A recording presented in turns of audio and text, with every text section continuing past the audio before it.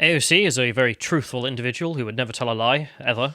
So there's 3 different stories of what happened on January 6th from her. I'm just going to preface this by I will be defending AOC. Her honour and glory. Yes, her honour and glory in this segment. So there's 3 versions, as I say, and they're contradictory. So let's start with the first one. So this was in January, in which she decided to talk about what happened on January 6th in her experience. She said she thought she was going to die during the Capitol Hill riot. New York congressman said on Instagram Live that she had a very close encounter that put her life at risk. Yep. Quote, "I did not know if I was going to make it to the end of that day alive," she said. Just to say, no one knows if they're going to make it to the end of the day alive, because no one knows the future. She also said she was not divulging details due to security reasons about this encounter. The encounter which she has since also never disclosed as to what happened. Unless you believe her second version of the story, which is entirely different. The New York congresswoman revealed she had a very close encounter that put her life and those of her staff at risk. Wednesday was an extremely traumatizing event, and it was not an exaggeration to say that many members of the House were nearly assassinated, she said. Yeah, that's not an exaggeration. Including herself. The only person who was assassinated was Ashley Babbitt by an unknown security officer. Did you see the Congress, I think it was yesterday, passed 99-0, a bill to honour those who died in the Capitol Hill January riots, defending the Capitol? But none of them died defending it. Yeah, I don't really get why they decided to pass that, but whatever. Okay. So she continued with her first story. She said, "I myself did not even feel safe going to that extraction point because there were QAnons and white supremacist sympathizers and, frankly, white supremacist members of Congress in that extraction point, who I know and who I have felt would disclose my location," she said. Right. So first version of events is she's presumably in the Capitol, and she had a very close encounter with the people breaking in that didn't happen because it was a very close encounter. But she then didn't want to go to the extraction point because white supremacist congressmen were there. So my defense of AOC here is that she's an insane paranoid leftist who sees white supremacists under every rock, and therefore whenever anything that doesn't happen that's not bureaucratically scheduled occurs, this is viewed as a white supremacist uprising, even if it's not even in the same building or quadrant that she is in. I was expecting a different defense, but okay, that's one defense. Well, mental illness is... Your Honour, my client is insane. Yes. That's my defense of my client here. Yeah. So in February, she Prove me wrong. You can't deny it. A second version of these events, Right, okay. which are also contradictory to the first version that she made a month ago. So she says, this is the "Where is she?" story, if you remember. Yep. So in her Instagram live video, Ocasio-Cortez said she had gotten off the phone with her chief of staff and was scrolling through lunch options around 1 p.m. when she heard huge, violent bangs on my door. Yep. It was like somebody was trying to break their door down, she said. Yep. Around that time, rioters were already gathering outside the Capitol, but none had broken in, according to the USA Today. Also, Washington she Post. wasn't in the Capitol. She's like half a kilometre away. Yeah, so no one was breaking into the Capitol at all, but she says there are people banging down her door. Well, who was it? Ocasio-Cortez said she ran over to her legislative director, Geraldo G. Bonilla Chavez, who told her to hide, run and hide. Okay. Again, you'll see how this is contradictory to her first story. Yep. As she hid in her office bathroom behind the door, Ocasio-Cortez said she heard a man's voice yelling from inside her office. "I just hear, 'Where is she? Where is she?' Ocasio-Cortez told her Instagram live viewers." Man, I watched this Instagram clip as well. She's like, "Where is she?" Like as if like I can't do it justice. As if as if it's the velociraptors from Jurassic Park bursting into the kitchen and hunting for the kids. Right? That was the sort of way that she was describing it. But sorry, Karen. She said, "And in this moment, this is where I thought everything was over." I mean, I thought I was going to die, she said. Ocasio-Cortez said the person calling for her was actually a Capitol police officer who did not identify himself. Your Honour, in my client's defence, she is an insane paranoid leftist. Gonna keep running with that defence, are we? Well, it's the only defence I've got, but I think it's a pretty compelling one. I think that she is actually kind of delusional. Unless this is the close encounter she was talking about in the first story, but then also how does that square with the fact that she was sort of claiming she had a close encounter with people breaking in January, and now she's like, no, it was a close encounter with a police officer? I don't know, maybe in between January and February her mind was wiped. Well, all I'm saying is when you have a world that's made up of strange constructs that are not real, then you end up with a kind of delusional view of everything. So, yes, my client's insane. We go to the next link here. This is AOC blasted for exaggerating her trauma. This is from the New York Post.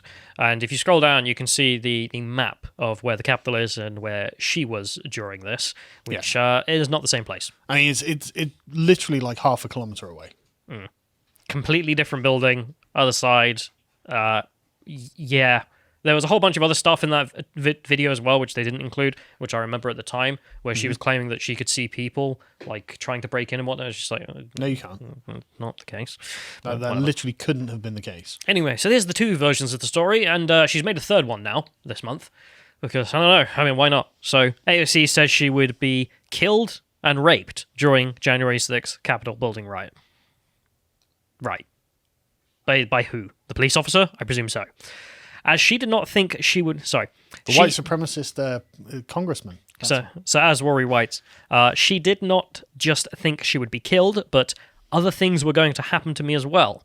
When asked if she thought she was going to be raped by the interviewer, the Democratic squad member replied, "Yeah, I thought I was."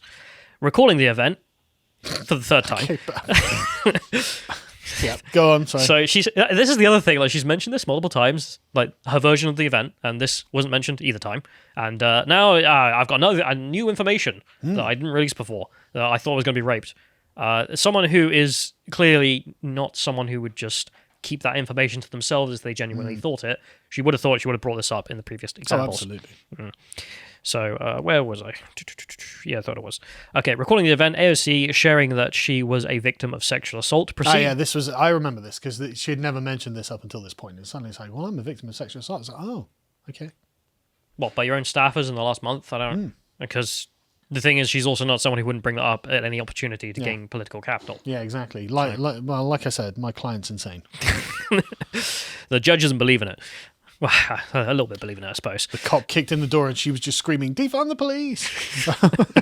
So, showing that she was a victim of sexual assault, proceeded to add that white supremacy and patriarchy are very linked in a lot of ways. Sure, why not? Right. So, here's the quote in the video. She says, in the interview with the interviewer, "One of the reasons why the impact was so doubled that day is because of the misogyny and racism that is so deeply rooted and animated that attack on the Capitol." Right, misogyny animated the attack on the Capitol.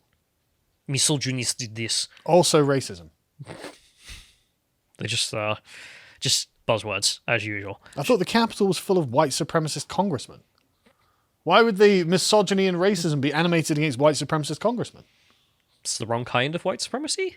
Well, but how does misogyny... They believe Italians are white, and the rioters don't believe Italians are white? I don't know. but the misogyny, how does misogyny come into that? I don't know, they're all TERFs. Okay, fair. I suppose so. I suppose they are, yes. Republicans are official TERFs now. Yeah. AOC believes that trans women are women, and that's why she's never had sex with a trans man. White supremacy and patriarchy are very linked in a lot of ways. There is a lot of sexualizing of that violence. What? You're the one sexualizing. They're going to rape me. No one got raped. I didn't think I was going to be... I didn't think I was going to be killed. I thought other things were going to happen to me as well. Sexual assault survivors have a very strong set of skills. And you do not want to meet me with a man of those skills. Sorry, I just reminded of, what is it, Taken? Yeah, you know, Liam Neeson. Is she literally getting that from Taken? Whatever. And the skills that are required as a survivor, the tools you build for resilience, they come back in right away. Right. For me, I felt like those skills were coming right back so that I could survive behind a door. My skills were to survive. The reason I'm not taking this seriously is why should I? As AOC's lawyer here is saying, my client is insane. Yes. And if she's not insane, then why are there three versions of these events? And they're contradictory, and she keeps adding stuff to it. So, some people will say it's because she is a magnificent bullshit artist, and I would like to refute... second defense, is it? I would like to refute this by saying, no, she's an incompetent bullshit artist.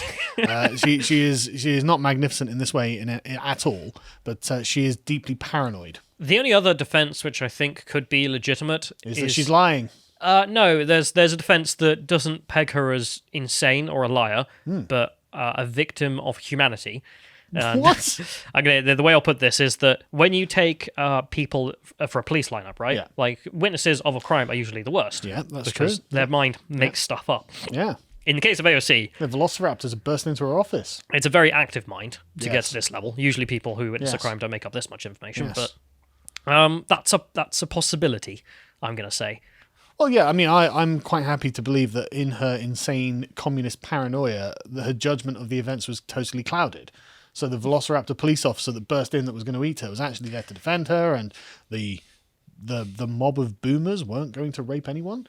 I mean, I don't know why. I just thinking of that picture of the grandma, the one with the little flag. Yeah, exactly. Or the dude with the lectern, it's like, hi, he's like, not a rapist, grandma, not a rapist. Ashley Babbitt, not a rapist. Like they're walking between the rope as well. I just remembered that footage. Oh, yeah. Didn't smash anything up, not rapists. These people are not just law-abiding in that sense. I mean, sure, they broke into the Capitol. I'm not denying that. Sure.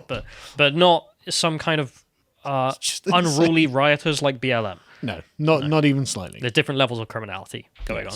But AOC, do we believe her? Well, I suppose tell us in the comments.